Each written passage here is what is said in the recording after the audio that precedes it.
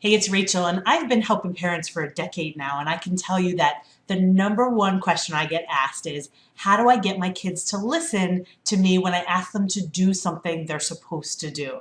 Now, I don't care whether your child is 2 or 22, but you want your kids to listen to you more and do what they're supposed to do. Well, there are actually only a few reasons that kids don't listen to their parents, and I want to focus on one of those reasons now. One of the reasons that kids don't listen is because we keep trying to use these very surface strategies to motivate better behavior. So if we ask our child to, let's say, get off of the electronics to come to the dinner table, we may use rewards and consequences and punishments to try to get them to do what they're supposed to do. The problem with that is that it doesn't address the reason they are not getting off of electronics. We focus so much on shaping the behavior without actually understanding what's causing the behavior. And those surface strategies like rewards and punishments, they don't actually address the cause of the behavior. So if you are asking your child to get off of the electronics and come to the dinner table, there's actually a reason that they're not able to do that easily. There's a reason that they ignore you or become disrespectful, or maybe that they melt down when you ask them to come off the electronics.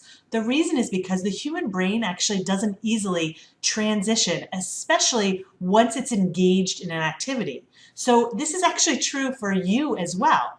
Let's say you're in the middle of doing something, maybe you're typing an email or maybe you're making dinner and you're trying to get done what you need to do, and one of your kids comes up to you and says, "Mom," or "Dad." They try to get your attention and try to divert you while you're in the middle of a task. It's very frustrating. And when the brain is frustrated, it turns all of that frustration, or what I call yuck, it turns it out, and it looks like the defiance or the yelling or the meltdowns. So the truth is, there's a reason that your child can't easily disengage from their electronics to come to the dinner table. And rewards aren't going to teach them how to handle that, and consequences aren't going to teach them how to handle that in the future.